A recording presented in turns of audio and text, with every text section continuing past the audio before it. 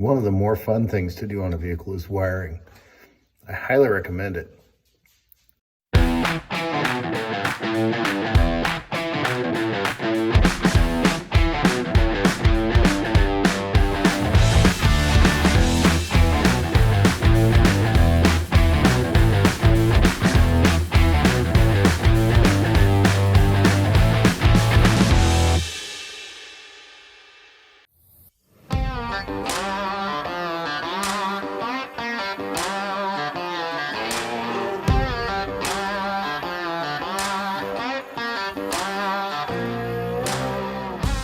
I wouldn't call myself anywhere near an expert.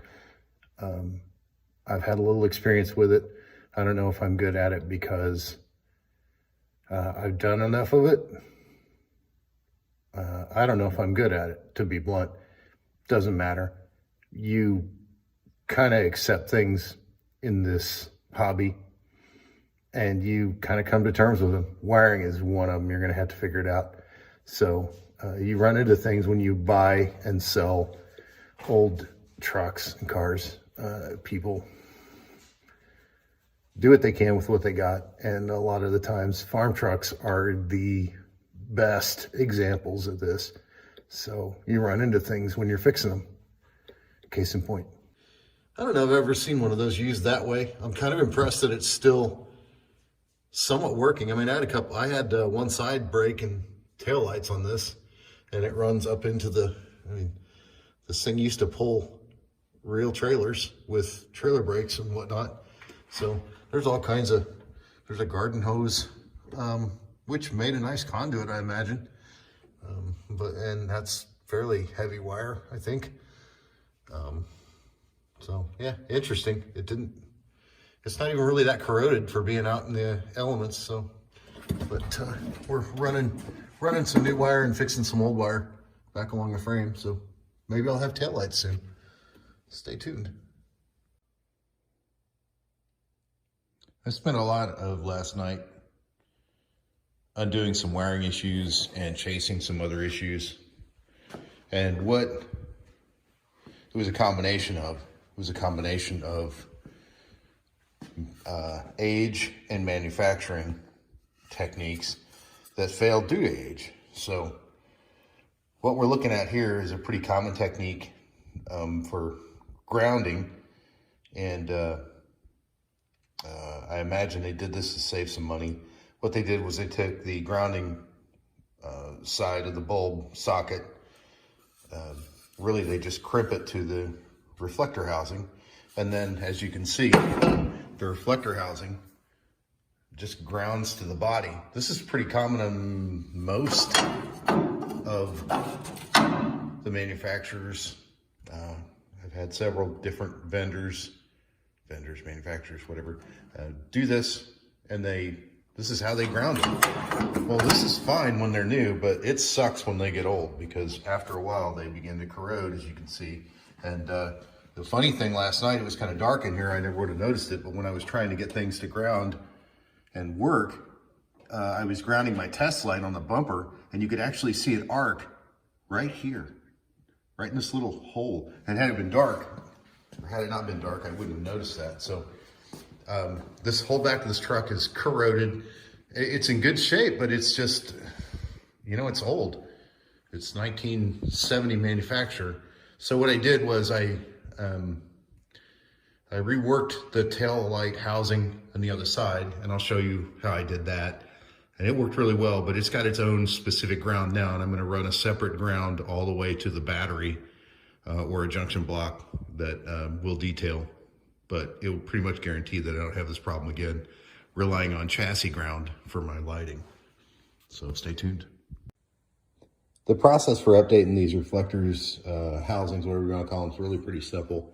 If you look in there real close, you can see that it's just sheet metal. The socket, the bulb socket sheet metal, and it's bent over to crimp it onto the housing, which if you're patient and you have a set of pliers, you can pull that socket off by gently manipulating the inside lip. And you can save the outer housing. and essentially just replace this piece. So it works pretty good. You can kind of see that's been mangled, so don't pay too much attention to that. But the part you probably want to see is this edge right here. So where all that rust is that's where you're relying on your ground to take place. And after a while, that's what it looks like. This is the part you can't see between this bulb housing and the lens housing. So this isn't going to work. You're not going to fix that. And unless you actually grind off the rest of this housing and make a connection here somehow, which is a bigger pain in the ass than I think it's worth, you're really wasting your time trying to get this to work. Especially when you can buy a new socket. They're a little cheaper and they're kind of flimsy, but you can put a new socket in this housing really easy for a few bucks, and it makes it a lot more reliable, and you can put your ground where it needs to be. The process for this is fairly simple. Like I said, you just peel back the edging that holds the socket to the housing, and then you're left with this nice, beautiful little hole that, depending on which thing you buy, this is what I bought, and it comes with these beautiful little tabs. It also, you'll notice the original only had 2 wires. This has 3. This one's got an internal ground, which is awesome. I like it. So you bend these tabs a little bit and it snaps right in this hole, which I'll do, and then show you the finished result. So that's the finished result. You come up with some tabs that are a little proud of that focus. Little proud of the housing. What I like to do is bend those back over the housing so they don't pop out when you're trying to put a bulb in. And this will stay and it'll work. And you'll never notice a difference from the outside. And you have a new socket and housing. The last housing I did, as I'll do with this one, I spritzed the housing. This is the original finish. I spritzed the housing with some, I don't know which brand it was, but it was just a chrome paint. And it had a lot of metallic. It was silver and it worked great. It looked just like the original stuff and they're pretty reflective. So there you go. And the finished product. I update on that. It was Krylon metallic brilliant silver. So just in case any of you like this a lot. Otherwise, I don't think it makes a huge difference. Whatever you use. So be real careful with those tabs, by the way. I said bend them over in the earlier, bend them back. If you go too far with them, they break off. So don't do that. You just want enough tension on them that they hold the socket in place while you're inserting and changing your lamps for maintenance. So there it is. As you clean them up, some of the things you find, the treasures you find, and the odd places you find them. This is what's left of a window crank regulator, which is nothing even remotely interesting. The idea is these break, wear out, people throw them away. You get a new one. I didn't expect to find it in this little pocket in the farthest right corner of the truck, but you know, I don't know, maybe they're hauling it off. Don't know, but anyway, well, we're back here cleaning up the wiring. There we go. What you can see is the remnants of the outside taillight on the 70 D200, and I've already fixed the wiring harness. I replaced the socket because the sockets are grounded. They rust, they get old. I bought a cheap replacement, but the underside of the bed doesn't look too bad. It's always good to have a schematic of what you're working with. It is the map that the manufacturer intended the system to work by, and it's good to have on hand. Keeps you on track. So a couple of things that we found when we were working with old wire is that, focus. What you can see there is wire gets brittle. And the wire, not so much, the sleeving on it gets brittle. And so when you bend it, the jacket's deteriorated to the point, let's see if I can get a focus on that. The jacket deteriorates to the point that it just breaks. So that's one problem with old wire. The second problem with old wire is that when you're working with it, trying to rehab some things, you can't see this one until you compare it to a brand new one. the old wire is on the right and the new wire is on the left. The oxidation you're seeing, see how the wire is a little, it's a dirtier color. It's a darker color, and this is nice and bright and shiny copper.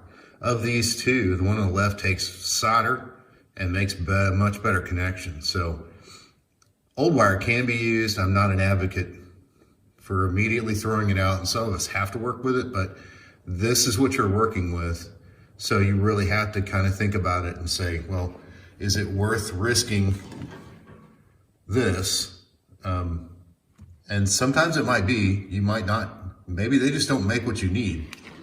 Then you might even consider making your own, because this guy right here on the left is a lot better to work with than the guy on the right.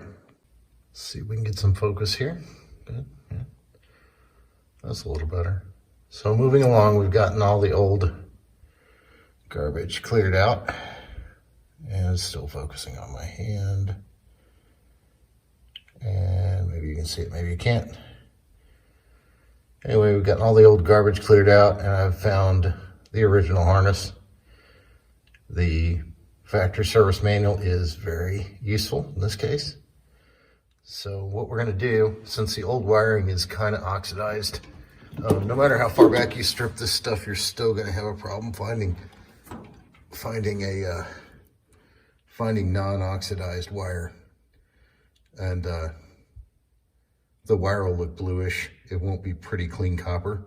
So what I do a little bit to combat that, I crimp and solder on the old stuff because there's no guarantee. I like solder, period. Everybody's hating on me because, oh, solder weakens the wire. Yeah, stow it. I don't care. I don't want to hear it. It's what I like, and it's my video. So, and in this case, solder might not be the best route because oxidized wire doesn't take solder, if it takes it at all. So I go with belt and suspenders, and I use bullet connector, uninsulated, and I solder with flux, and then I'll put one of those little shrink wraps on it. Just lost my light, sorry. So we'll do these up and patch up the original hatchet job and get back to it. Something to consider when you're chasing wiring for your taillights. If this switch doesn't work, nothing else will work correctly. So start with your turn signal switch. Mine was trash, so I knew I'd have to replace it anyway. Once I started looking for one, I couldn't find one that was cheap enough to suit my needs, and I didn't understand why. I still don't. This switch is out of a 70 B-body Plymouth non-tilt column, and it has a provision for an emergency flasher in the column. I just clipped that off with a pair of side cutters, and the blue wire here that is the only wire in the harness that doesn't go anywhere when you made it up to the original harness on this truck. I just left it. Everything else works the same, including the original dash emergency flasher. It cancels with the factory ring in the steering wheel. It works just like original, and I didn't have to pay 180 bucks for it. So I think this one was about 50. So just FYI. All right, that's the end, literally. See what I did there? It only took me 3 or 4 days, and I don't know. It was kind of fun. I like doing this kind of stuff, but I got turn signals and brakes and running lights now, so one step closer to being able to pass an actual inspection. Thanks for watching. The end.